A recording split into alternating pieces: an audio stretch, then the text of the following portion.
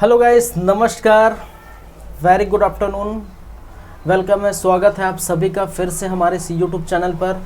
आप देख रहे हैं सीजी कॉम्पिटिटर्स। आज इस केमिस्ट्री की क्लास में, इस लेक्चर में हम जिस टॉपिक की बात करने वाले हैं वो है गैस लॉ, या जिसे कहा जाता है गैसी नियम। क्या है ये गैस लॉ, क्या है गैसी नियम, वो हम बात करेंगे। ठीक है, चलिए तो स्टार्ट करते हैं, देर नहीं करते हैं, आज की क्लास स्टार्ट करते हैं। तो हम बात करेंगे किस पर,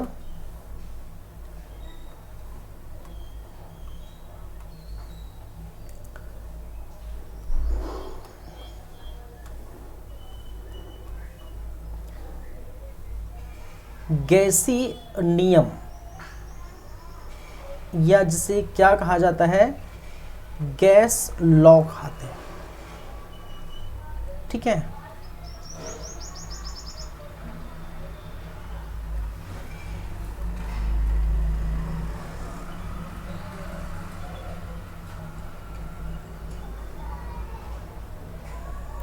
चलिए अब देखिए इनका थोड़ा इंट्रोडक्शन देख लेते हैं, परिचय देख लेते हैं। सबसे पहले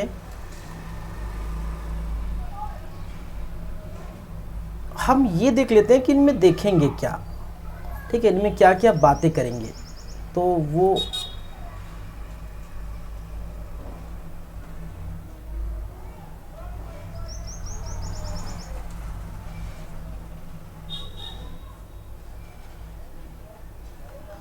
चलिए।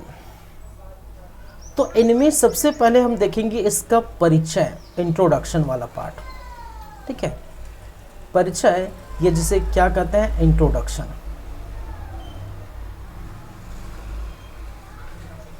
पहली बात इनमें करेंगे। दूसरी बातें इनमें करेंगे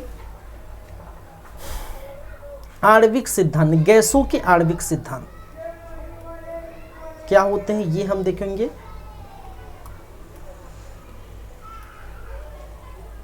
क्या है, गैसों के आणविक सिद्धांत।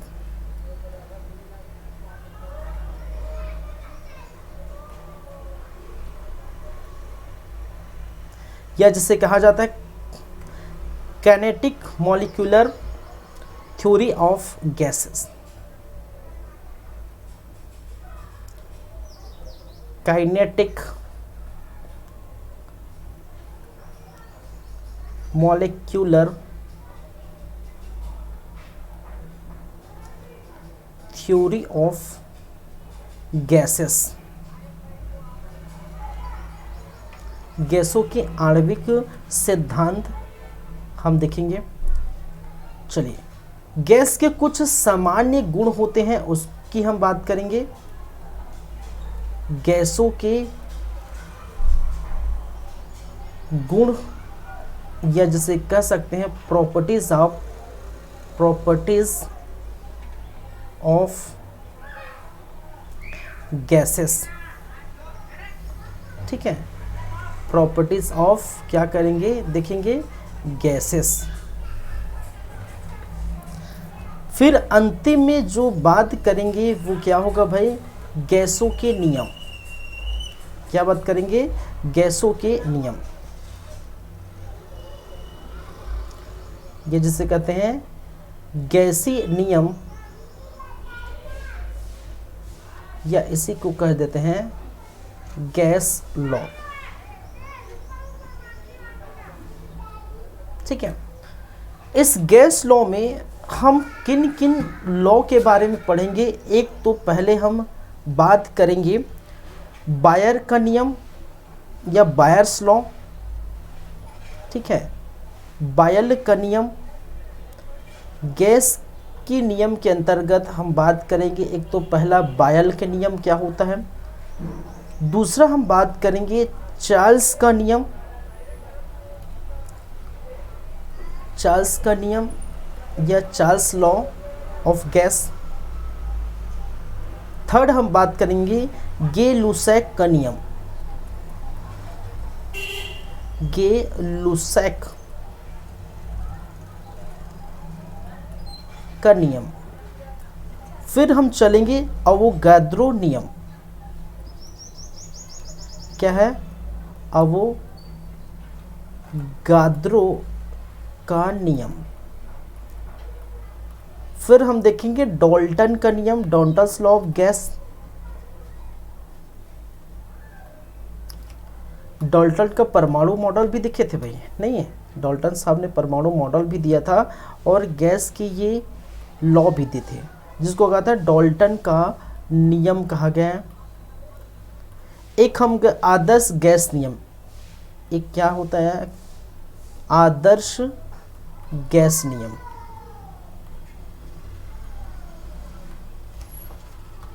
तो ये कुछ लॉज हैं, कुछ नियम हैं,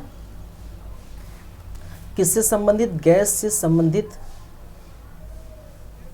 जिसकी चर्चा हम करेंगे। ठीक है, चलिए। तो ये होगा हमारा एक, आप देख सकते हैं यहाँ पर मैं अपना वीडियो हटा दिया हूँ।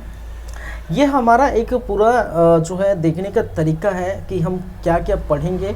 तो सबसे पहले परिचय देख लेंगे, फिर जो गैसों के आणविक सिद्धांत देख लेंगे, गैसों के कुछ गुण देख लेंगे, गैसी नियम देख लेंगे।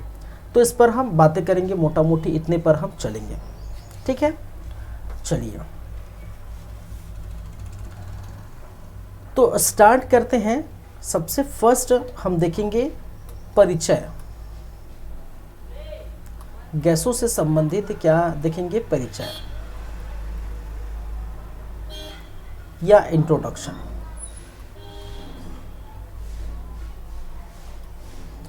अब देखिए, मेनली अगर हम बात करें,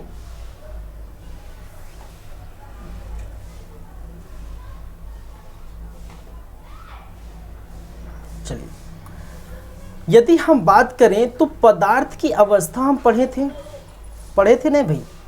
पदार्थ की अवस्थाएं, पदार्थ की अवस्थाएं, और पदार्थ की कितनी अवस्था होती थी? 5 अवस्था होती थी। एक तो होता था ठोस, दूसरे होते थे द्रव, तीसरा जिसे कहते थे गैस, जिसके बारे में अभी अध्ययन करेंगे, चौथा प्लाज्मा होता था, और पांचवा होता था BEC। ठीक है, बोस्टन, ठीक है, बोस जिसको बोलते हैं बोस आइंस्टीन कंडेंसेट। ठीक है, बोस आइंस्टीन जो है सिद्धांत, या बोस आइंस्टीन जो है क्या है? एक अवस्था है। इसमें कितने अवस्था थे? 5 अवस्था थी। कितनी थी? 5 अवस्था थी। इनमें से अगर हम बातें करें, किसकी बातें करें? गैस की बातें करें। ठीक है, किसकी बातें करेंगे भाई? किसकी बातें करेंगे? गैस की बातें करेंगे। ठीक है, तो देखिए गैस के बारे में हमने क्या कहा था, अभी भी मैं बता देता हूँ। यहाँ पर जो भी है, अगर मैं इसको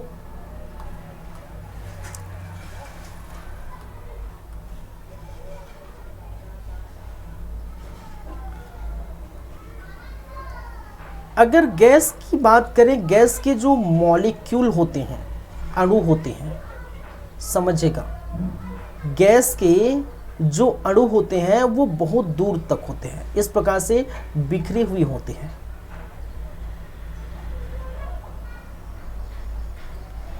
इनकी अगर बात करें, ये क्या है? ये गैस है, और गैस के जो, ये तो मैं लिख दिया, ठीक है, इनकी, अब देखिए कोई भी परमाणु है, ठीक है, किसी भी परमाणु में, एक तो मैंने कहा जो परमाणु है, बहुत सारे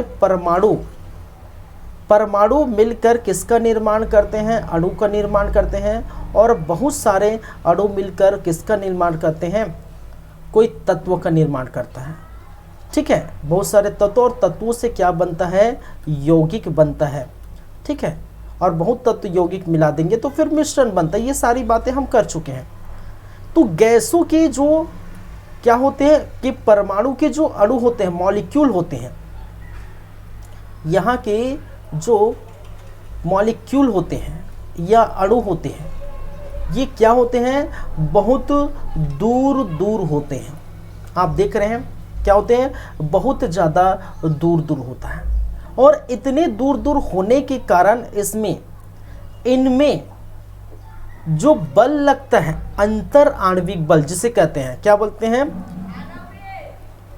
अंतर आणविक बल। ठीक है, अंतर आणविक बल। अंतर आणविक बल कहने का मतलब है जितने भी जो भी परमाणु हैं उनके अणुओं में आकर्षण करने की जो शक्ति होती है और प्रतिकर्षण करने की जो शक्ति होती बहुत ही क्या होती है, ठीक है, उसी को हम बोलते हैं अंतर आणविक बल। और इनमें जो अंतर आणविक बल पाया जाता है वो क्या होता है, न के बराबर होता है, नगण्य होता है। क्या होता है, नगण्य होता है। नगण्य क्यों होता है भाई, क्योंकि देखिए ठोस में अगर बात करें तो ठोस में अंतर आणविक बल जो है बहुत ज़्यादा होते हैं, क्योंकि इनके जो मॉलिक्यूल है बहुत ज़्यादा पास पास होते हैं। जब पास पास होते हैं तो उनमें जो बल लगता है वो बहुत ज़्यादा बल लगता है, फोर्स लगता है। लेकिन यहाँ पर अंतर आणविक बल नगण्य होते हैं। लेकिन अंतर आणविक स्पेस जो है, एक और होता है अंतर आणविक स्थान या स्पेस, क्या होता है, अधिक होता है। अधिक कहने का मतलब है कि दूर दूर रहते हैं। स्पेस देख रहे हैं, स्पेस कहने का मतलब इन अणुओं के मध्य जो स्पेस पाया जाता है वो क्या है, स्पेस अधिक होता है। और इसी कारण से जितना स्पेस अधिक होगा, ठीक है, अंतर आणविक स्पेस अधिक होता है और इसी कारण से इनका संपीड़न भी, इसी कारण से इनका संपीड़न भी क्या होगा, अधिक होगा। क्या होता है, अंतर अणु यहाँ पर स्थान होता है, अधिक होता है। और अधिक होने के कारण इनका संपीड़न अधिक होता है। संपीड़न मतलब इसको दबाया जा सकता है, ठीक है, इसको ज़्यादातर दबाया जा सकता है, अच्छी तरीके इसको, ठीक है, संपीड़ित कर सकते हैं। जैसे संपीड़ित करके गैस, बहुत जो गैसों के जो मॉलिक्यूल होते हैं, देखिए गैस होते हैं तो उसको आराम से, देखिए सिलेंडर वाला गैस आप भराते हैं, सिलेंडर गैस भराते नहीं भाई, इस प्रकार का जो क्या होता है, सिलेंडर होता है, ठीक है, आप सिलेंडर भराते हैं तो सिलेंडर में देखिए आप देख पाएंगे कि गैसों को इस प्रकार से संपीड़ित करके दबा के उसमें गैस भरे जाते हैं, ठीक है, तो संपीड़न करना आसान हो जाता है, ठीक है, संपीड़न अधिक होगा कहने का मतलब है संपीड़न आसान हो जाता है इसको, ठीक है, क्या कर सकते हैं, संपीड़ित कर सकते हैं। गैसों की कोई आकार आकृति नहीं होती, न उनका आकार होता है, ठीक है, न ही उनकी कोई आकृति होती है, न ही आयतन होता है। इसकी कोई आकार आयतन निश्चित नहीं होती। क्या होती, निश्चित नहीं होती, ठीक है। जैसे हम अगर गुब्बारे में गैस भरे तो गुब्बारे का अपना आकार ले लेगा, ठीक है, क्या करें, गुब्बारे में गैस भरे, सिलेंडर में गैस भरे, बोतल में गैस भरे, तो जो भी गैस भरे वो अपना आकार ले लेगा, ठीक है। तो इसकी कोई आकार आयतन और निश्चित नहीं होती। ये इनकी प्रॉपर्टीज़ है एक तरह से गैसों की, क्या है जिसकी हम बातें कर रहे हैं, ये गुण मैं खैर यहाँ लिख दिया लेकिन यही बता देता हूँ, ये इनकी क्या है, इनकी प्रॉपर्टीज़ है, प्रॉपर्टीज़, ये इनके क्या है, गुण, इनके गुण को बता रहे हैं कि भाई साहब गैसों में जो मॉलिक्यूल होते हैं, अणु दूर दूर होते हैं। अंतर आणविक बल मैंने समझाया था जब पदार्थ की अवस्थाएं पढ़ाया था तो बताया था अंतर आणविक बल क्या होते हैं, ठीक है, तो ये नगण्य होते हैं, ठीक है, क्या होते हैं, नगण्य होते हैं।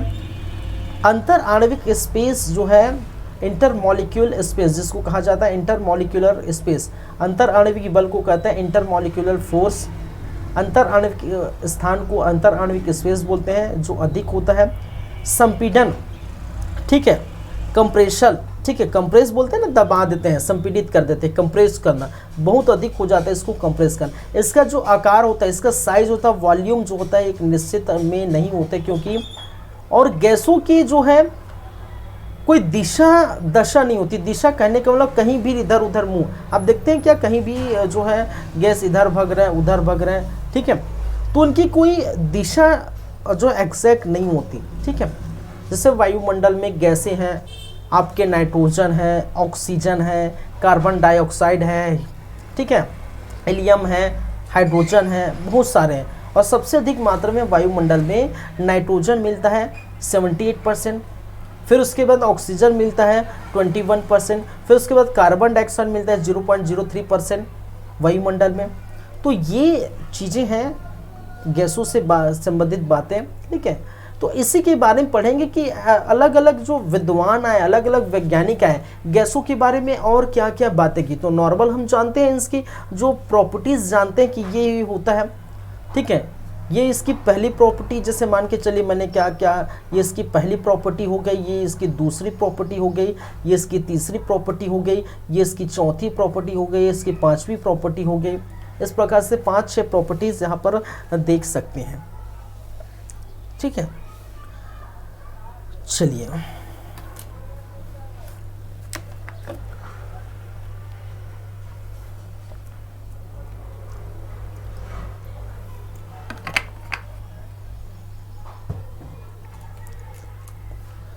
ये हो गया। तो इनके परिचय और प्रॉपर्टीज वगैरह देख लिए। हम बात करेंगे गैसों का गति आणविक सिद्धांत। नेक्स्ट है गैसों का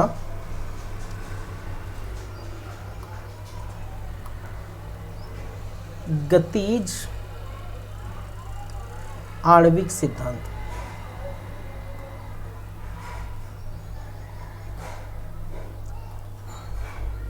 या जिसे हम कहते हैं काइनेटिक मॉलिक्यूलर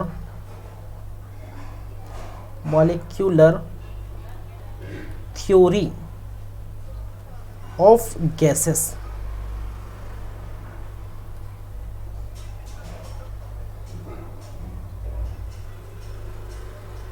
यहाँ थोड़ा करेक्शन का, गैसों के गतिज आणविक सिद्धांत, यहाँ पर गैसों के गतिज लिखा, गतिज स्पेस है तो अच्छी बात है, गतिज आणविक सिद्धांत है, kinetic molecular theory of gases. तो देखिए यहाँ पर अगर बात करें तो 2 वैज्ञानिक हैं भाई साहब, 2 वैज्ञानिक हैं। एक वैज्ञानिक जिसका नाम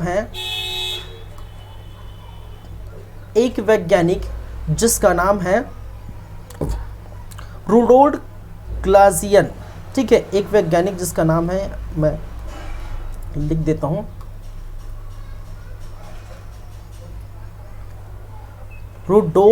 रुडोल्फ नाम तो पुटांग रहते हैं, क्लाजियस, रुडोल्फ क्लाजियस, जो कहाँ से है, जर्मनी के हैं। और एक वैज्ञानिक जिसका नाम है James clerk Maxwell, James clerk Maxwell, और जो कि स्कॉटलैंड के हैं। कहाँ के हैं? स्कॉटलैंड के हैं। और इन दोनों ने मिलकर क्या किया, ये सिद्धांत दिया, ठीक है। इन दोनों ने मिलकर क्या किया, ये सिद्धांत दिया।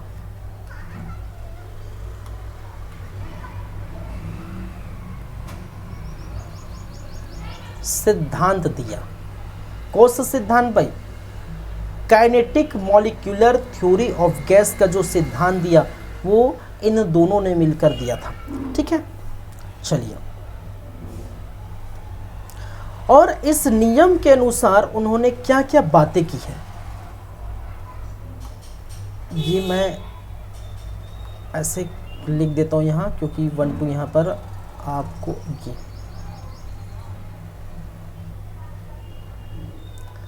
चलिए 2 वैज्ञानिक हैं, एक है रुडोल्फ क्लाजियस जो जर्मनी के हैं, एक है जेम्स क्लर्क मैक्सवेल स्कॉटलैंड है के हैं। इन दोनों वैज्ञानिक की संख्या कितनी है भाई? 2। दोनों वैज्ञानिकों ने क्या किया, एक सिद्धांत दिया। उसी सिद्धांत को क्या कहा जाता है? गैसों का आणविक ठीक है, गैसों का गतिज आणविक सिद्धांत या kinetic molecular theory of gases. और इस सिद्धांत के अनुसार एक निष्कर्ष निकाला, और उन्होंने क्या क्या निष्कर्ष निकाला, ठीक है।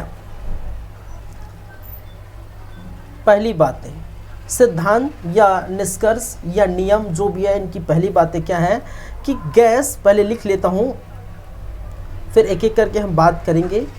गैस अत्यंत सूक्ष्म कणों से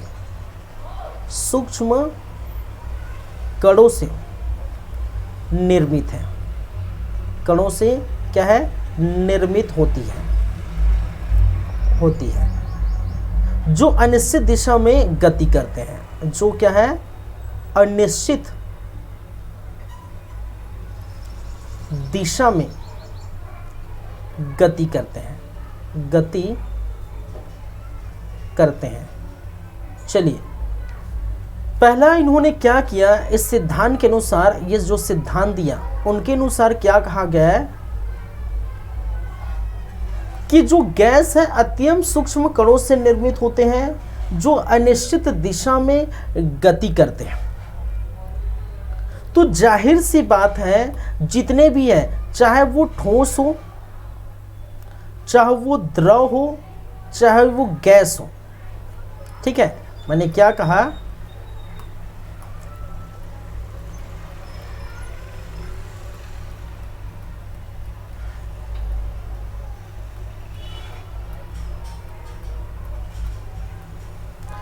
चाहे वो ठोस हो, चाहे वो द्रव हो, चाहे वो गैस हो, जितने भी अगर पदार्थ की अवस्थाएं देखेंगे, सभी क्या होते हैं भाई, सभी सूक्ष्म कण से ही मिलके बने होते हैं, सूक्ष्म कण से ही मिलके मिलकर बने होते हैं, ठीक है। मैंने क्या कहा, चाहे वो ठोस हो, चाहे द्रव हो, चाहे गैस हो, जितने भी नगण्य, ठीक है, एकदम कम छोटी सी जो है कणों से मिलकर बना, वो कण क्या हो सकते हैं, या फिर जो है एटम हो सकते हैं या मॉलिक्यूल हो सकते हैं। कहने का मतलब वो परमाणु हो सकते हैं या अणु हो सकते हैं, किसी, ठीक है, परमाणु और अणु से मिलकर बने होते हैं, चाहे वो ठोस हो, द्रव हो, गैस हो। तो उन्होंने यही कहा जो सब आप जानते हैं, सिद्धांत दिया। तो गैस अत्यंत सूक्ष्म कणों से मिलकर बना है, निर्मित हुआ, जो अनिश्चित दिशाओं पर गति करते हैं, इनकी कोई दिशा नहीं है, ठीक है, कहीं इधर भग रहे हैं, कभी इधर भग रहे हैं, कभी उधर भग। गैस को छोड़ दीजिए, ठीक है, गैस को छोड़ दीजिए, कोई भी गैस है उसको छोड़ दीजिए रूम में, तो आपको ये पता थोड़ी कि कहाँ भगेगा, इस दिशा में, दक्षिण दिशा में, पूर्व दिशा में, पश्चिम में, उत्तर में, इसके कोई दिशा निश्चित नहीं होती, ठीक है। चलिए, ये पहला जो है सिद्धांत का पहला निष्कर्ष इन्होंने निकाला। निष्कर्ष नंबर दूसरा, उन्होंने क्या किया,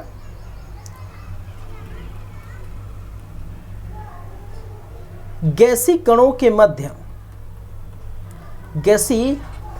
मध्य अत्यंत कम आकर्षण बल कार्य करता है। क्या करता है, कार्य करता है, ठीक है,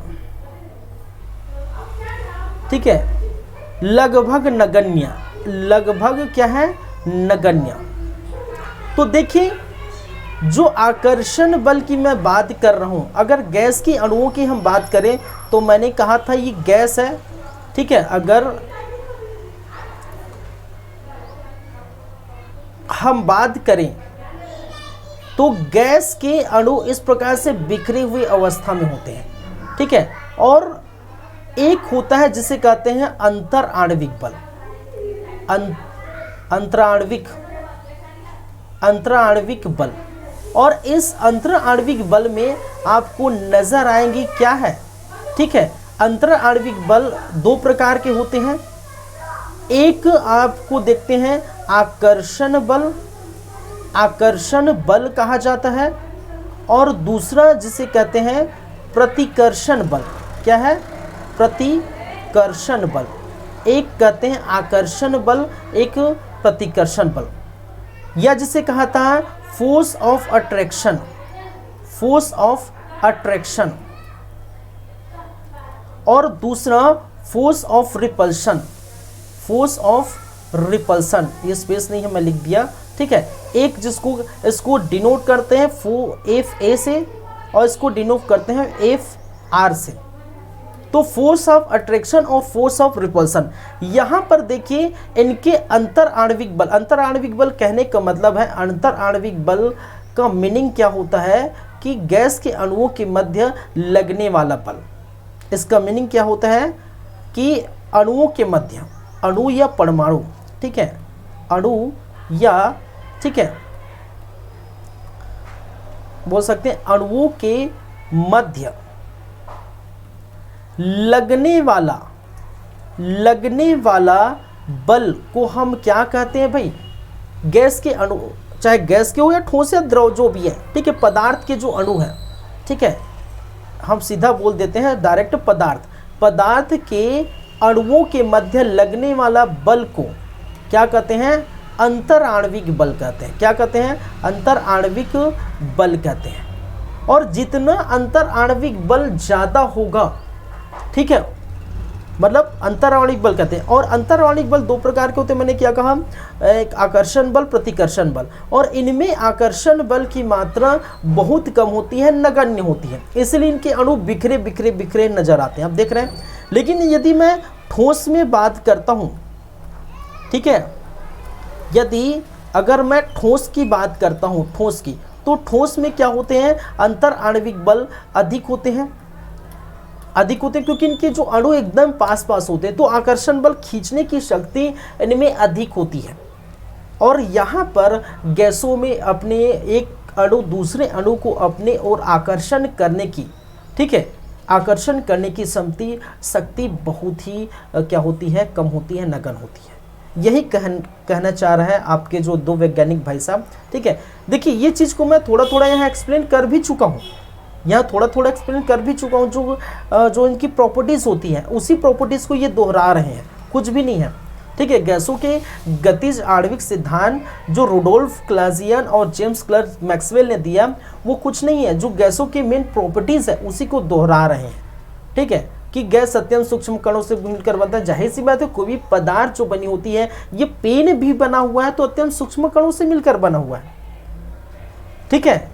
कोई भी वस्तु होगी, कोई पदार्थ होगा, ये पेन होगा, पेंसिल होगा, दुनिया की कोई भी चीज़ होगी, जो भी पदार्थ होगा, वो अति सूक्ष्म कणों से ही मिलकर बना होता है। तो जाहिर सी बात है, इसमें कोई दो राय नहीं कि वो जो बोल रहा है वो सही है, ठीक है। चलिए दूसरी बात, इन्होंने क्या कहा कि गैसी कणों के अत्यंत कम आकर्षण बल कार्य करता है, इनके अंतर्गत अत्यंत कम आकर्षण बल कार्य करता है। तो जो देख रहे, क्योंकि ये दूर दूर है, ठीक है, ये क्या है? गैस के कण है, ये क्या है? गैसों के कण है, गैसों के क्या है भाई? कण है, जो दूर दूर है, ठीक है। यहाँ पर क्या है? पास पास है, जो है इस प्रकार से देखने को मिलते हैं। चलिए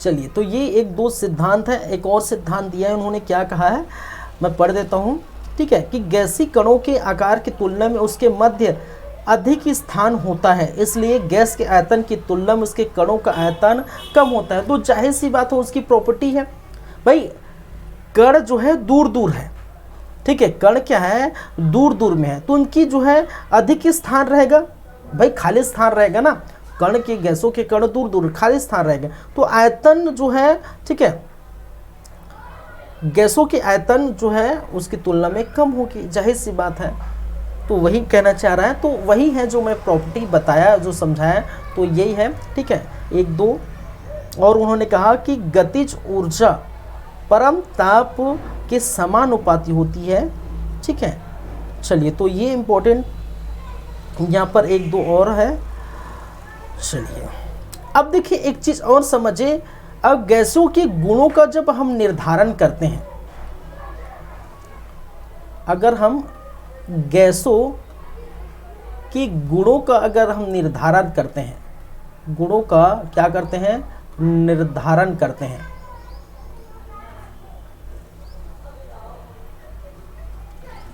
तो निर्धारण 4 प्रकार से की जा सकती है। एक तो उसके दाब से निर्धारण करते हैं, दाब या जिसे कहा जाता है प्रेशर, क्या कहते हैं इसको, प्रेशर, या जिसे डिनोट करते हैं पी से। एक तो निर्धारण करते हैं ताप से, या जिसे कहा जाता है टेम्परेचर,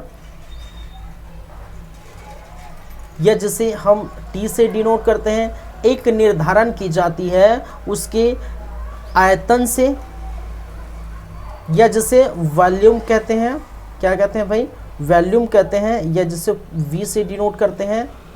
और एक निर्धारण होती है उसकी मात्रा से, कहने का मतलब है अमाउंट से,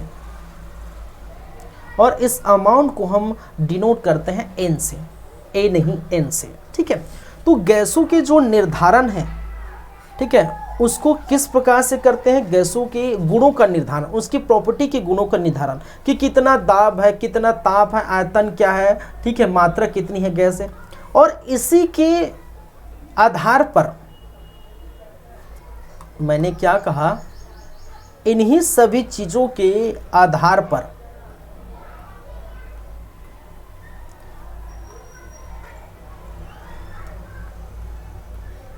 इन्हीं के आधार पर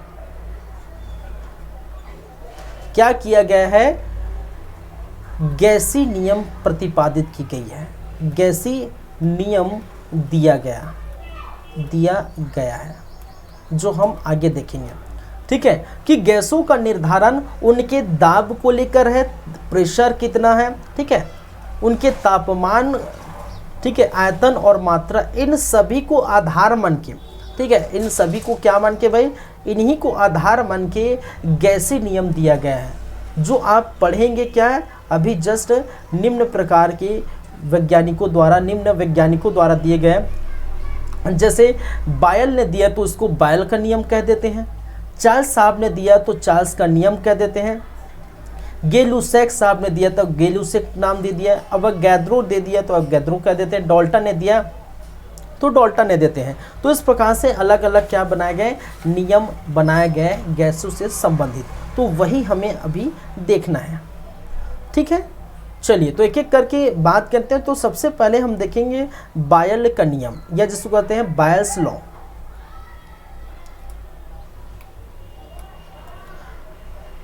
तो क्या है, गैसी नियम पढ़ेंगे, क्या पढ़ेंगे भाई, गैसी नियम, या जिसे कहा जाता है गैस लॉस।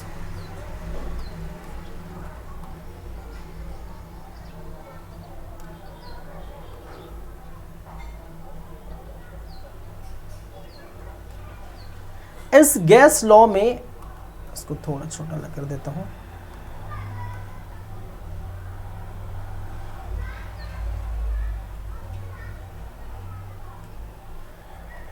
इस गैस लॉ में सबसे पहले हम बात करेंगे बायल का नियम। क्या है,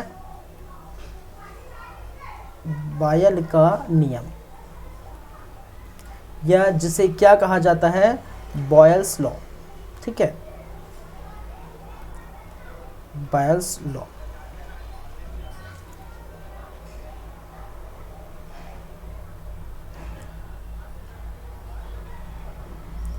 चलिए अब देखिए, इन्होंने भाई साहब ने क्या किया, नियम दिया, और नियम क्या दिया, मैं डायरेक्ट लिख देता हूं कि इस नियम के अनुसार कि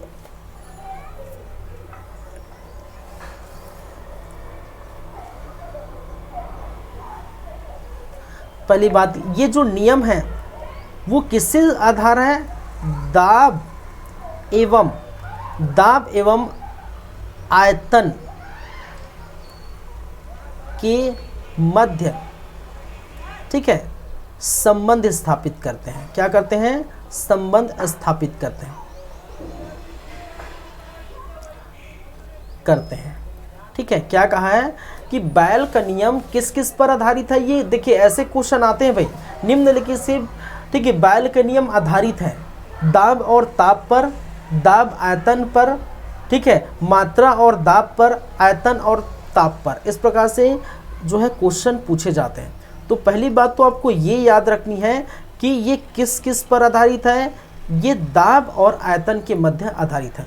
और इस नियम के अनुसार इन्होंने क्या कहा कि जो है स्थिर ताप पर, पहले मैं लिख देता हूं नियम, इन्होंने जो नियम दिया उनमें क्या कहा कि स्थिर ताप पर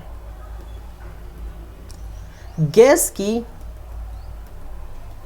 निश्चित मात्रा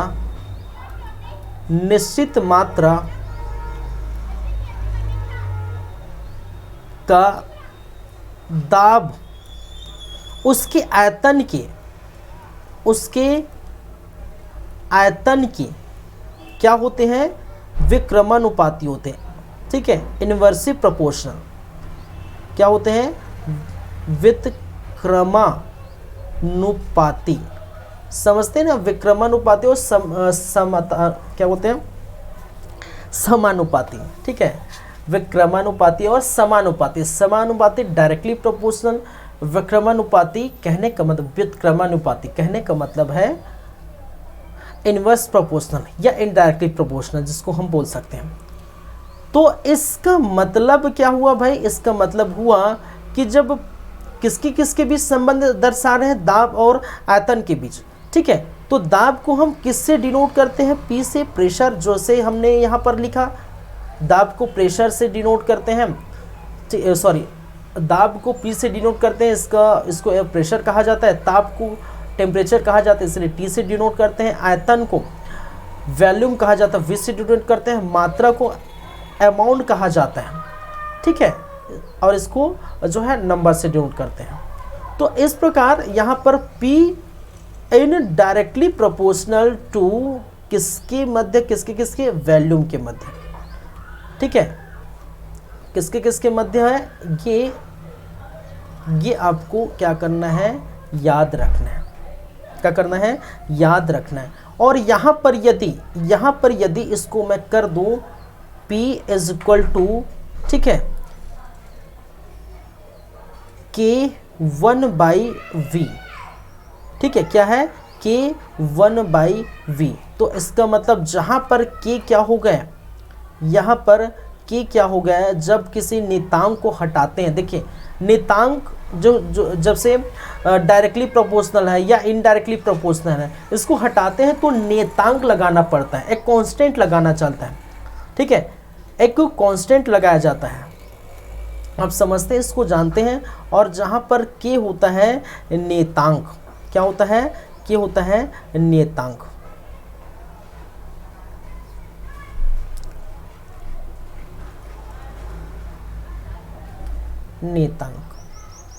अब इसका मतलब क्या हुआ भाई? इसका मतलब, इस बैल के नियम का मतलब क्या हुआ कि जहां पर इस चीज का अगर मतलब आपको समझना है तो देखिए, आप यहां आइए,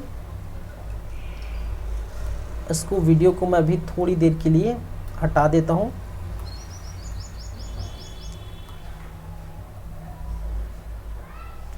चलिए अब देखिए, इस चीज का मतलब क्या होगा?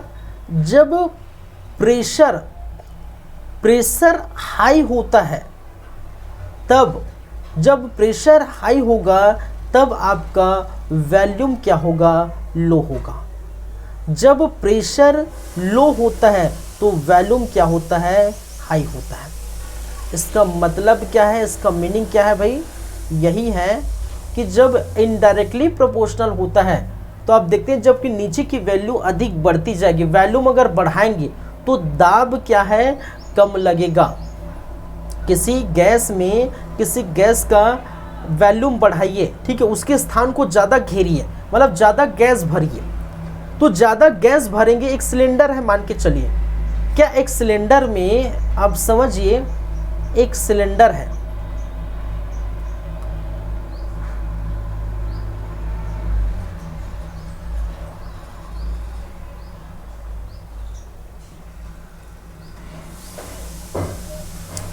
ठीक है, और इसमें गैस के अणु भरे हुए हैं, भले बाहर से नहीं दिखता लेकिन अंदर से मैं दिखा रहा हूँ आपको, ठीक है। ये क्या है, एक सिलेंडर है और इस सिलेंडर में गैस के जो अणु भरे हुए हैं। अब यहाँ पर अगर मैं वॉल्यूम को क्या करता हूँ, वॉल्यूम को अधिक बढ़ाता हूँ, कहने का मतलब इसके आयतन को बढ़ा देता हूँ। पहले आधा हाफ सिलेंडर भरा हुआ था मान के चलिए, ठीक है, पहले क्या भरा हुआ था, हाफ सिलेंडर भरा हुआ था, ठीक है, क्या हुआ था, पहले हाफ सिलेंडर भरा हुआ था, तो मैंने वॉल्यूम को बढ़ा दिया और सिलेंडर को थोड़ा उसको और जो है क्या किया, फुल कर दिया, ठीक है, इस प्रकार से थोड़ा और बढ़ा दिया, ठीक है। तो बढ़ा दिया तो वॉल्यूम बढ़ेगा तो इसका जो प्रेशर होगा वो कम हो जाएगा। कहने का मतलब जब दबाव है वो कम झेलेगा, कम दबाव होगा। हम जितना हम दाबेंगे, कहने का मतलब उसको प्रेशर करेंगे, प्रेशर लगाएंगे तो उतना प्रेशर नहीं होगा, प्रेशर कम हो जाएगा जब वॉल्यूम बढ़ जाएगी। तो यही कहना चाहता है, इस नियम के अनुसार, ये जो नियम है बायल का नियम है, दाब और आयतन से संबंधित नियम है। और ये नियम क्या कहता है कि स्थिर ताप पर, ताप स्थिर होना चाहिए, स्थिर ताप पर गैस की निश्चित मात्रा दाब, ठीक है, मात्रा का उसके आयतन के व्युत्क्रमानुपाती होती। तो मैंने कहा चार जो फैक्टर्स है, चार जो आधार है, उसी को लेकर इन्होंने क्या किया, जो नियम बनाया। तो चार आधार ये हो गए, ताप हो गए, मात्रा हो गए, आयतन हो गए और दाब हो गया, ठीक है। तो ये है बायल के नियम। तो आपको याद क्या करनी है, याद करनी है ये बायल के नियम की ये बातें, ठीक है। दो चीज़ें यहाँ पर, दो चीज़ें याद रखनी है, ये सूत्र याद रखना है और दूसरी बातें ये याद रखना है कि किससे संबंधित है, दाब और आयतन से संबंधित है बायल का नियम, और ये क्या होता है, ठीक है, ये याद रखनी है। जब ये सूत्र याद रख लेंगे और दोनों को याद रख लेंगे या फिर इसको ही याद रखेंगे तो आपको समझ आएगा कि भाई सब प्रेशर मीन्स दाब और वी मीन्स आयतन, इन दोनों से संबंधित है। तो आपको इसको भी याद करने की ज़रूरत नहीं है, आप याद करेंगे सिर्फ इसको और इसको ही याद करेंगे तो सारी चीज़ें आपको खुद ब खुद याद हो जाएगा, ठीक है।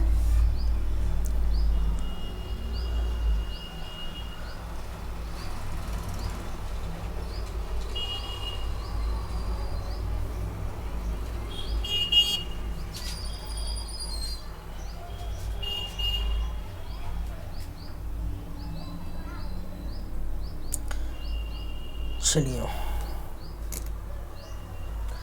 ठीक है।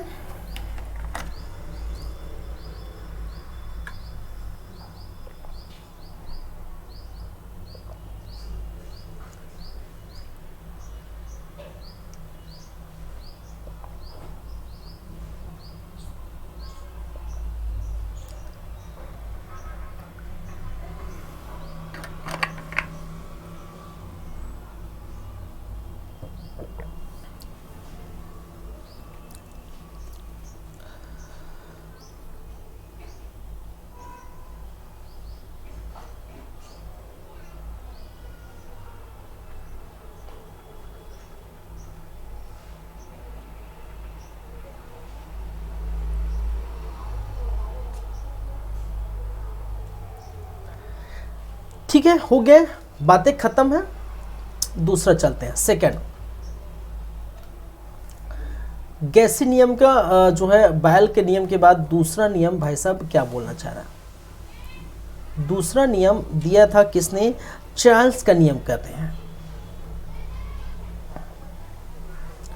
चार्ल्स का नियम, या जिसे कहा जाता है चार्ल्स लॉ। क्या कहते हैं, चार्ल्स लॉ।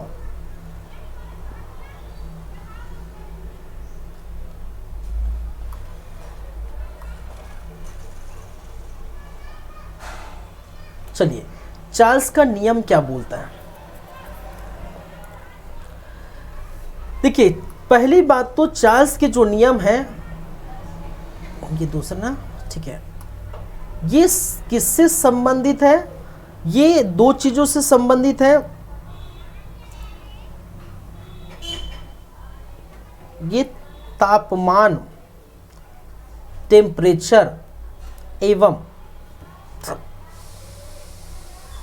आयतन, ये जिसे कहा जाए वॉल्यूम से संबंध है, ठीक है, से संबंधित है। ये जो नियम है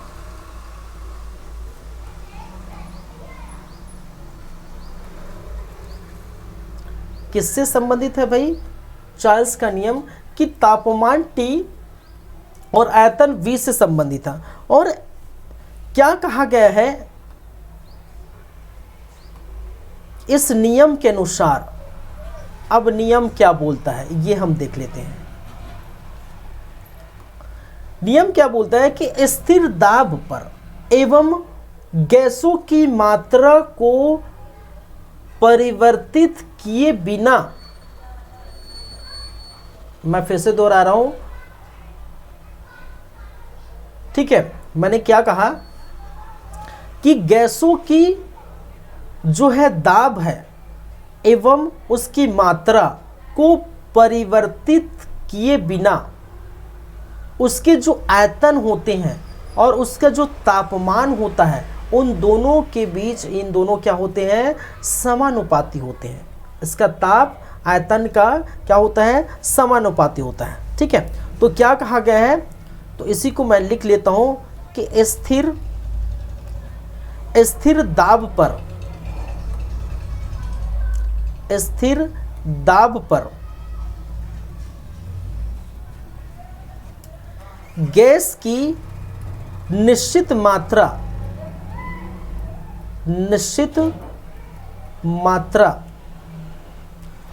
का आयतन, निश्चित मात्रा का आयतन उसके ताप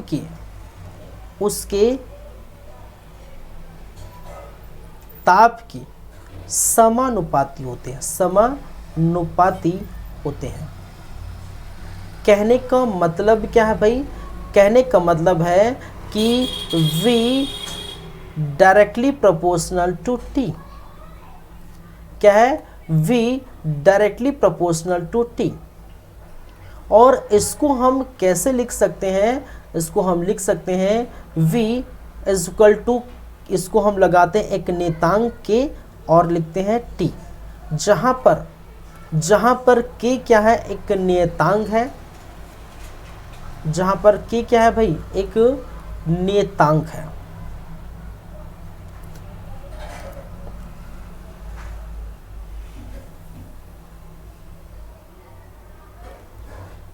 ठीक है। अब देखिए ये कब की स्थिति है? जब इसमें क्या होगा? पहली बात है, इसमें क्या होना चाहिए कि गैसों की मात्रा एवं दाब अपरिवर्तित हो। ठीक है। जब क्या हो? गैसों की मात्रा को हम नहीं बढ़ाएंगे और दाब जितना है उतना ही रहेगा। ठीक है।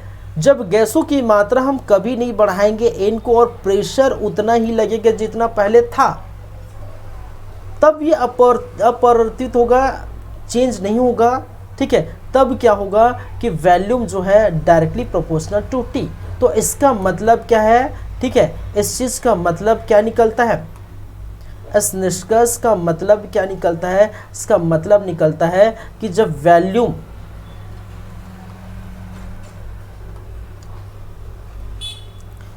कि गैस के वॉल्यूम को हम यदि बढ़ाते जाते हैं, हम क्या करेंगे? टेम्परेचर जितना अधिक देंगे वॉल्यूम उतना ही अधिक बढ़ेगा। अगर टेम्परेचर हम जितना कम देंगे उसका वॉल्यूम उतना ही क्या होगा? कम होगा। ठीक है, क्या होगा, उसके आयतन में उतनी ही कमी आएगी, कि इसका मतलब है चार्ल्स का नियम। तो आपको याद क्या रखना है, सिर्फ एक चीज याद रखना है, आप सबको भूल जाना है, चाहे वो चार्ल्स के नियम हो चाहे वो बायल्स के नियम है, आपको सिर्फ और सिर्फ याद रखनी है किसको भाई, इस चीज को याद रखना है बस। ठीक है, सिर्फ आपको क्या याद रखनी है, सिर्फ इस चीज को याद रखना है बस, कुछ याद नहीं रखना है, यहाँ पर भी सिर्फ इस चीज को याद रखना है और कुछ भी याद नहीं रखना है। अगर एक चीज आपको याद आ गया कि बायल्स का नियम ये है, तो बस ये कुछ नहीं है, ये सारी चीज़ें ऐसी जो है पता चल जाएगी, ये है तो ये पूरा पता चल जाएगा। ठीक है, चलिए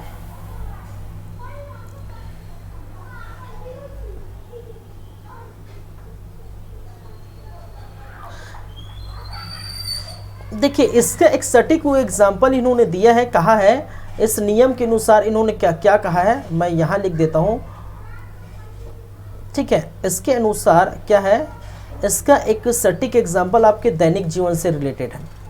इसका उदाहरण ये है कि जैसे हम टेम्परेचर देते हैं, रोटी सेकते हैं, रोटी या ब्रेड, ठीक है, ब्रेड को क्या करते हैं, रोटी या ब्रेड को टेम्परेचर देते हैं, क्या देते हैं, टेम्परेचर देते हैं, कहने का मतलब आग में तपाते हैं। भाई गैस में जो है रोटी सेकते हो ना, तो क्या होता है, टेम्परेचर देने पर रोटी फूल जाता है, क्या होता है, रोटी फूल जाता है। ठीक है, तो ये होता है, आप देखते हैं घर में आप जो है तवे में रोटी सेकते हैं, तो आप जितना टेम्परेचर देंगे वो फूलते जाता है रोटी, हालांकि वो जितना फूलेगा उतना फूलेगा, ऐसा नहीं कि आसमान को छू देगा, ऐसा नहीं। ठीक है, जितना वो उनकी जो शक्ति है, जितना वो कैपेबिलिटी उनकी रोटी के जितना फूल सकता है उतना ही फूलेगा। ठीक है, तो भाई ये जो है ये इसके एग्जाम्पल है। एक बार एक वनडे एग्जाम में क्वेश्चन पूछा था कि निम्नलिखित में से रोटी या ब्रेड सेकने पर रोटी फूल जाता है, निम्नलिखित में से किसका सिद्धांत है या किसका नियम है। ऑप्शन दिया गया था बायल्स का नियम, चार्ल्स का नियम, लुसेक का नियम या डाल्टन का नियम। किससे संबंधित है, तो ये चार्ल्स के नियम से संबंधित है। जब आपको ये पता चल जाएगा तो आप ऑटोमेटिक ये चीज़ें आपको आराम से हो जाएगी, बन जाएगी। क्लियर है बातें, चलिए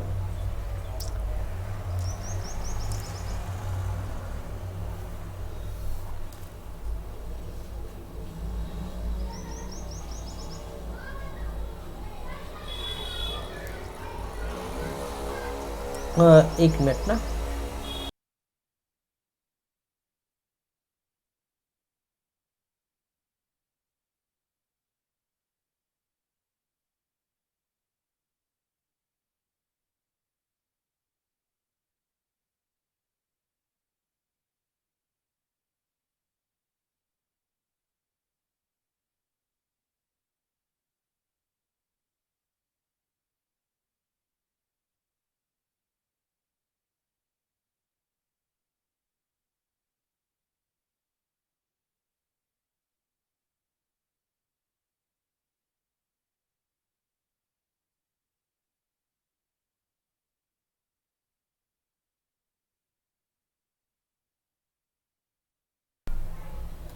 चलिए मैं वीडियो आई थिंक बंद कर दिया था, क्या ध्यान से निकल गया है। ठीक है, चलिए आपको तो आवाज़ तो सुनाई दे रहा होगा।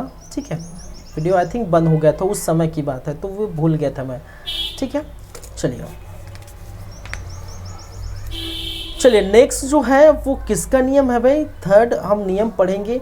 एक तो हो गया आपका बायल्स का नियम, हो गया चार्ल्स का नियम है। तीसरा देखते हैं गे लुसेक का नियम, क्या है तीसरा हम देखेंगे, गे लुसेक का नियम।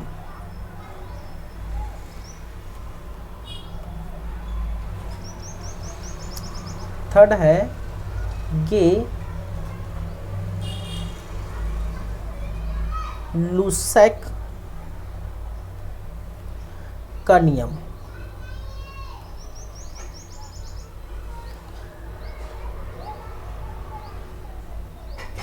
गे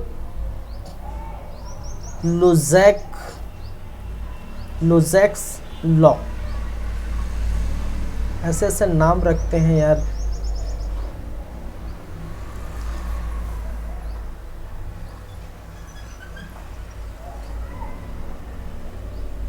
चलिए अब देखिए, ये जो नियम है, पहली बात तो ये मैं बता देता हूँ किससे किससे संबंधित है। ये जो नियम है दाब, या जिसको कहते हैं प्रेशर एंड ताप,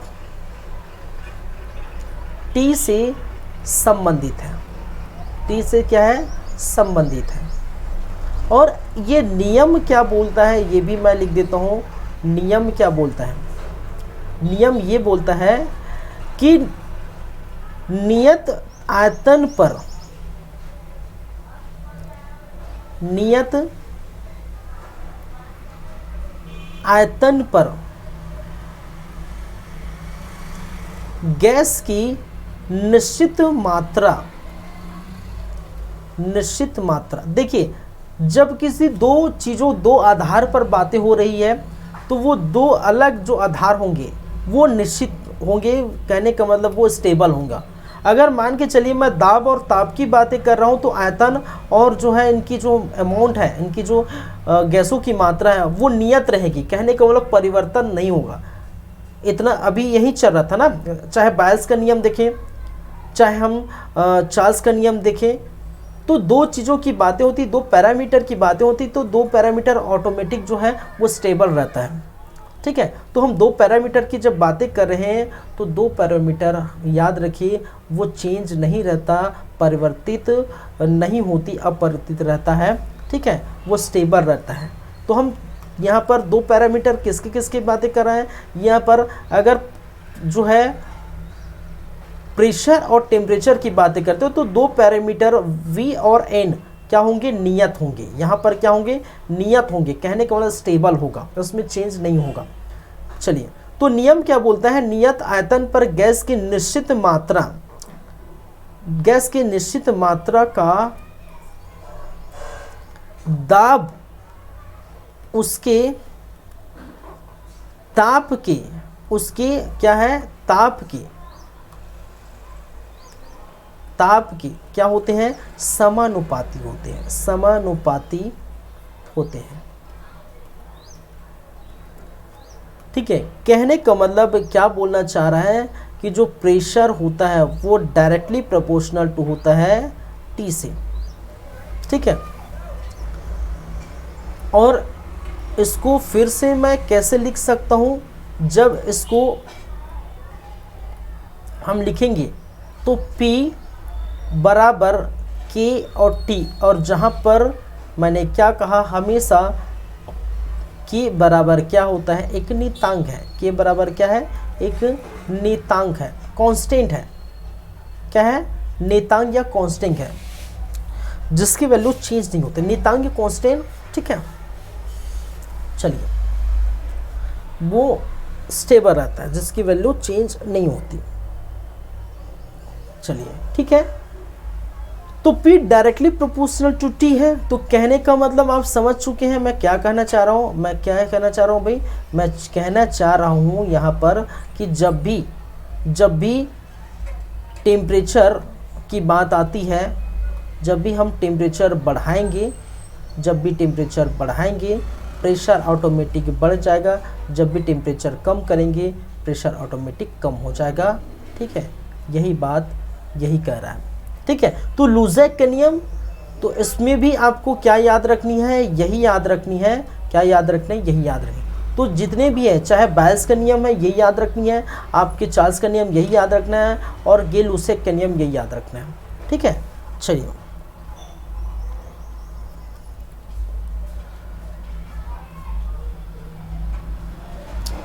तो ये हो गया आपका। ठीक है, चलिए यहाँ तक अभी ठहरेंगे। कहने का मतलब 2 मिनट का ब्रेक चाहिए। 2 मिनट के ब्रेक के बाद हम वापस आते हैं, फिर वापस आने के बाद कंटिन्यू करेंगे। ठीक है, तब तक अब 2 मिनट इस चीज़ को देखिए, समझिए, और आगे हम देखेंगे। जितना भी बाकी रह गया है, जो भी है, ये आज कंप्लीट कर देंगे। अभी जो हो गया है, कौन सा हो गया है? आपके अब अवोगाद्रो, डाल्टन और आदर्श 3 बचे हैं। ब्रेक के बाद ये 3 जो है कंटिन्यू करेंगे। ठीक है, चलिए।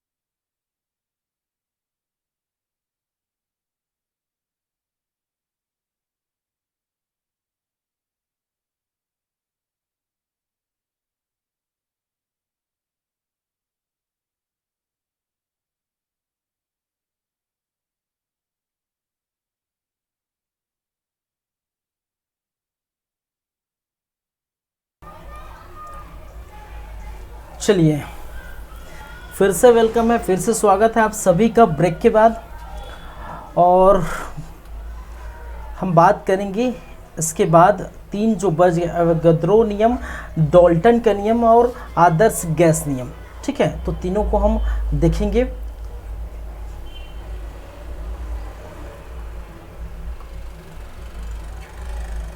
चलिए, तो सबसे पहले कहने का मतलब ये कौन से नंबर, तीसरे नंबर का होगा, चौथे नंबर की बात करते हैं, फोर्थ नंबर जो है अवोगाद्रो नियम। Avogadro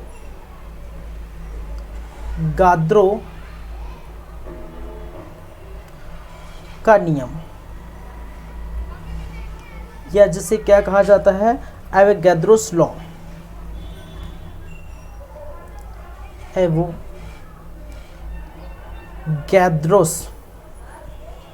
law.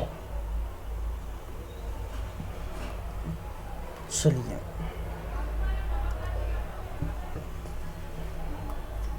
तो यहां बात भी यही करेंगे, किस किस से संबंधित है ये अवोगाद्रो का नियम, किस किस से संबंधित है। एक तो आयतन V एवं गैसों की मात्रा। ठीक है, गैसों की मात्रा, द अमाउंट ऑफ गैस, या जिसको डिनोट किया जाता है एन से। एन से क्या है, दोनों से संबंधित है। ठीक, क्या है, संबंधित ये नियम है। चलिए,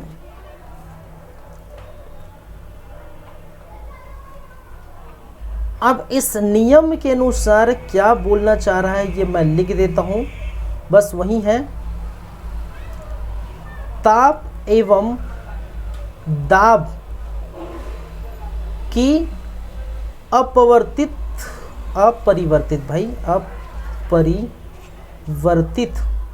स्थितियों में। तो मैंने कहा जैसे कि ये चेंज नहीं होगा। जब 2 पैरामीटर की बातें हो रही है, 2 पैरामीटर के आधार को लेके चल रहे हैं, तो 2 पैरामीटर ऐसे स्टेबल रहता है, तो अपरिवर्तित रहेगा, कहने का मतलब जो है चेंज नहीं होगा। तो दाब और ताप की, ठीक है, ये चेंज नहीं होगा। ऐसी स्थिति में किसी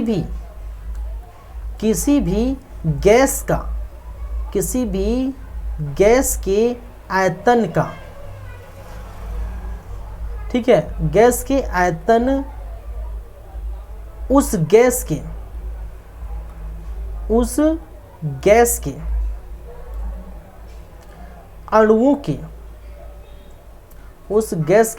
अणुओं की संख्या का क्या होता है, समानुपाती होता है।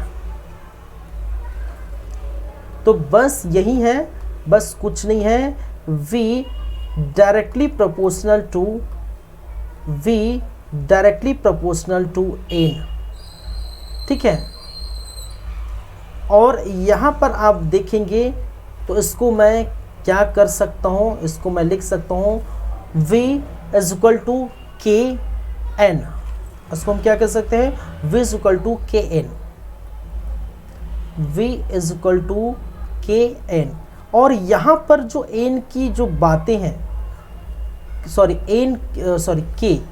इक्वल टू, इसको अवोगाद्रो नेतांक कहा जा गया है। क्या कहा गया है, अवोगाद्रो नेतांक, या जिसे अवोगाद्रो कांस्टेंट कहा जाए। ठीक है, अवोगाद्रो नेतांक या अवोगाद्रो कांस्टेंट के नाम से क्या किया जाता है, जाना जाता है। ठीक है, चलिए, एक चीज और याद रखिए, 1 मोल गैस में, यहाँ ये बताया गया कि 1 मोल गैस में, ठीक है, कितने अणु होते हैं। 1 मोल गैस में 6.023 इंटू 10⁻23 अणु होते हैं भाई, अणु होते हैं। तो अवोगाद्रो साहब का ये नियम है, इसको याद रखिए, ध्यान रखिए। ठीक है, तो इम्पोर्टेंट क्या हो जाता है आपका, ये इम्पोर्टेंट हो जाता है। ठीक है,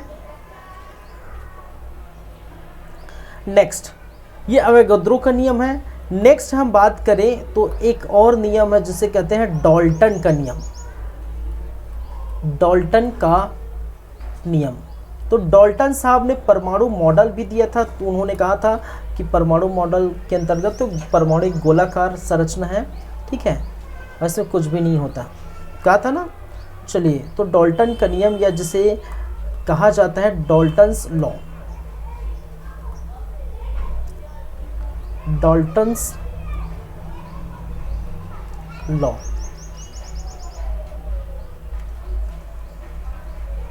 चलिए, अब डाल्टन का नियम संबंधित किससे किससे है? देखिए, इसी नियम को डाल्टन के नियम को क्या कहते हैं? डाल्टन का आंशिक दाब का नियम। क्या कहते हैं? डाल्टन के आंशिक दाब का नियम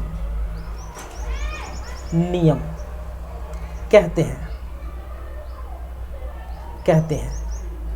और इस नियम के अनुसार क्या कहा गया है?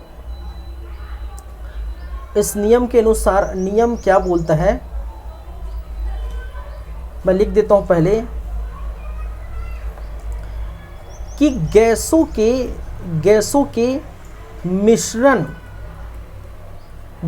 मिश्रण का कुछ दाब मिश्रण में उपस्थित सभी गैसों के आंशिक दाब के योग के बराबर होता है। आंशिक दाब के, ठीक है, आंशिक दाब के योग के बराबर होता है।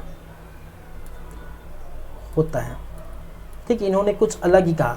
तो ये किससे संबंधित? इसका प्रेशर से संबंधित है। किससे? दाब से संबंधित है। ठीक है, इसका जो है ये नियम किससे संबंधित है? दाब से संबंधित है। तो ये भी याद रखिए। अब देखिए, अगर मैं इसको लिखूं P, ठीक है, P टोटल P कहने का मतलब है पूरा P, ठीक है, टोटल पूरा दाब का पूरा प्रेशर, ठीक है, बराबर दाब का पूरा प्रेशर किसके बराबर होता है? उनके सभी गैसों के आंशिक दाब के योग के बराबर। ठीक है, जैसे P1 इसको मान लेते हैं, P2 मान लेते हैं, इसको P3 मान लेते हैं, P4 मान लेते हैं, P5 मान लेते हैं, और ये चलता रहेगा जब तक क्या होगा? Pn नहीं आ जाता, ठीक, अनंत तक। तो ये जो है इसको क्या कहते हैं? गैसी मिश्रण का टोटल दाब, या कुल दाब। गैसी मिश्रण का टोटल दाब बराबर क्या होता है? आपकी सभी गैसों के आंशिक दाब का योग। आंशिक दाब का योग को हम क्या कहते हैं भाई? डाल्टन का नियम कहते हैं। क्या कहते हैं? डाल्टन्स लॉ कहते हैं, डाल्टन का नियम कहते हैं। क्लियर है बातें?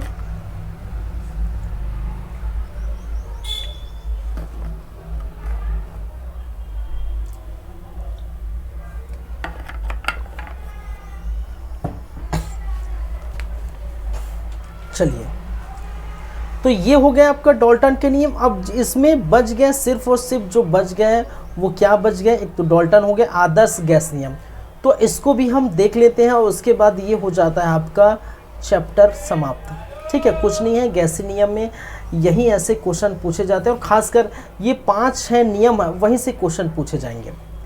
ठीक है, 5-6 नियम है, ये यहीं से ही क्वेश्चन आते हैं।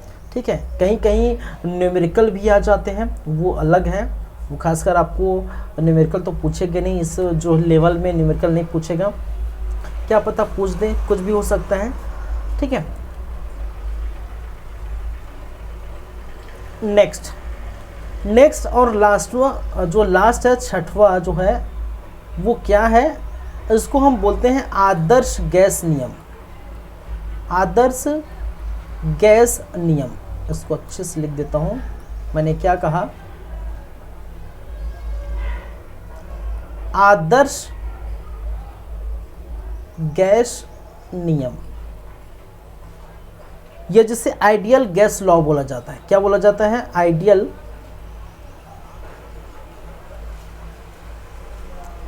Gas law.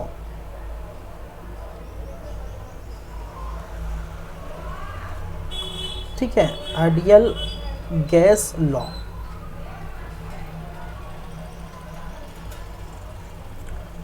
अब ये आदर्श गैस नियम या आइडियल गैस लॉ क्या है? ठीक है, ये कुछ नियमों का, ठीक है, ये कुछ नियमों का क्या बोलते हैं, सम्मिलित रूप है। ठीक है,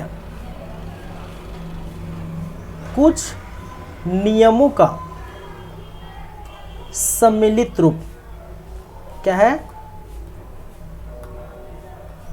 सम्मिलित रूप है। तो ये कुछ नियम क्या है भाई, किसके किसके नियम है? तो जो चार्ल्स का नियम है और जो बायल्स का नियम है, देखिए बायल का जो नियम है प्लस चार्ल्स का नियम है, चार्ल्स का नियम प्लस आपके अवोगैद्रो का नियम, इन तीनों नियम को अगर हम मिला देते हैं, ठीक है, क्या है, इन तीनों नियम को हम क्या करते हैं भाई,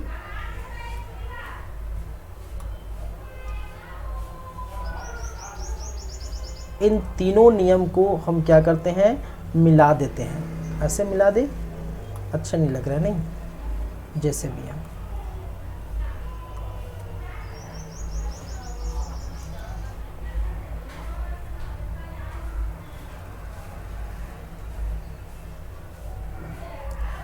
इन तीनों नियम को जब मिला देते हैं तो यही क्या कहलाता है, आदर्श गैस नियम।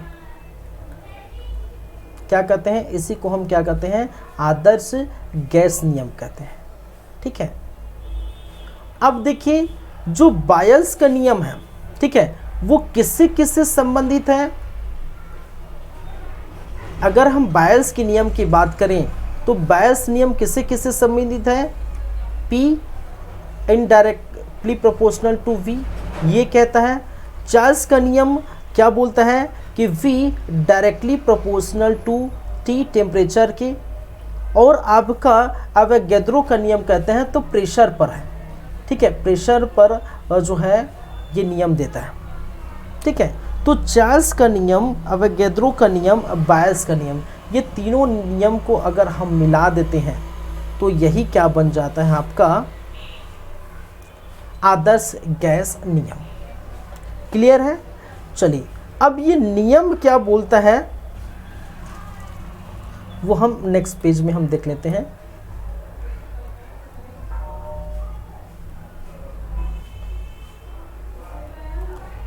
आदर्श गैस नियम, यहां मैं लिख देता हूं, आदर्श गैस नियम। अब इस नियम के अनुसार क्या बोलना चाह रहा है कि जो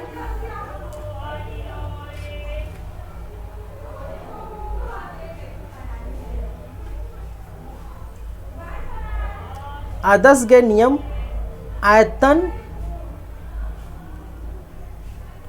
किससे किससे संबंधित है? पहली बात तो ये आयतन, ताप, दाब,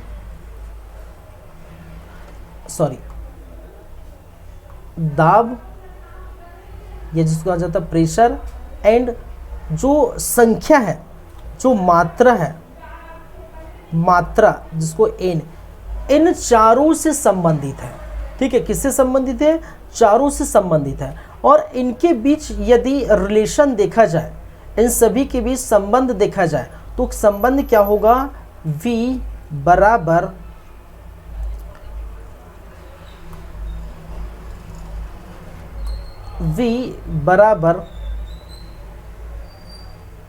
RNT डिवाइडेड बाई P। इसको आप रखिए याद, इसको क्या करना है, आपको याद रखना है, मोस्ट इंपॉर्टेंट है। ठीक है, अब देखिए जहां पर n, ये सभी तो पता चल गया। अब इसको मैं क्या, इसको ओपन कर लेता हूं। इसको मैं ओपन करूंगा तो ये कुछ इस प्रकार से होगा। ठीक है, कुछ इस प्रकार से होगा, VP, या इसको मैं लिख लेता हूं B इंटू P बराबर R into N into T, यही होगा। और देखिए R क्या है यहाँ पर, R जिसको हम एक प्रकार का क्या है, नियतांक है, इसको बोलते हैं सार्वभौमिक गैस नियतांक। क्या है, सार्वभौमिक गैस नियतांक कहा गया है। क्या कहा गया है, सार्वभौमिक गैस नियतांक। और जिसकी वैल्यू कितनी होती है भाई, जिसकी वैल्यू कितनी है 0.31 जूल या मोल के। ठीक है, इसकी वैल्यू कितनी होती है, इतनी होती है। चलिए, तो जब हम, ये क्या है, आपका आयतन है, आयतन इनटू ये आपका दाब है, बराबर ये नियतांक तो आप जानते हैं, उसकी संख्या है, उसकी मात्रा है, क्या है, उसकी मात्रा है, और ये है आप जानते हैं उसका ताप है। तो इस प्रकार से क्या है, ये नियम निकलता है। और इसलिए आदर्श गैस कहा जाता है, क्योंकि जितने भी पैरामीटर हम देखें, चार, चाहे ताप हो, दाब हो, जो है, और आपका आयतन हो या मात्रा हो, सभी के सभी इसके अंतर्गत आते हैं। ठीक है, तो आदर्श गैस का ये क्या है, सूत्र है। ठीक है, इसको आप याद रखें। और R सार्वभौमिक गैस नियतांक है, और R का जो वैल्यू होता है 0.31 जूल होता है, ये याद रखेंगे। ठीक है,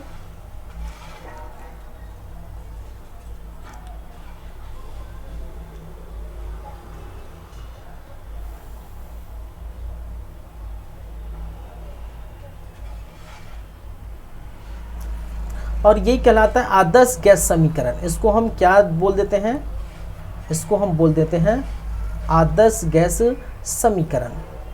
यही क्या है, आदर्श गैस समीकरण।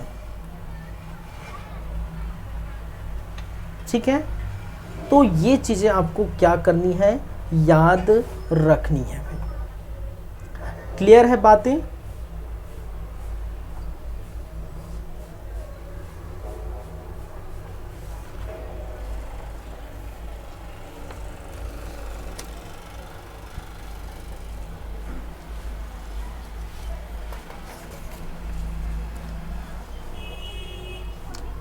चलिए, ठीक है, आगे बढ़ते हैं। आगे बढ़ते कहने का मतलब अब समय हो चुका है चलने का, क्योंकि हो चुका है ये ख़त्म। आपका एक ही क्लास का था, थोड़ा से था, जितना था वो ख़त्म हो चुका है। ठीक है, और आज की क्लास यहीं पर रोकते हैं, यहीं पर ख़त्म करते हैं। नेक्स्ट क्लास में जो भी होगी वो बातें हम वहाँ पर करेंगे, जो भी टॉपिक आएगा उस पर। अभी तो फ़िलहाल एक गैस लॉ था, और गैस लॉ यहाँ पर हो जाता है समाप्त, द एंड। ठीक है, चलिए, thank you guys, thank you class. मिलते हैं नेक्स्ट टाइम, तब आगे की बातें करेंगे। धन्यवाद।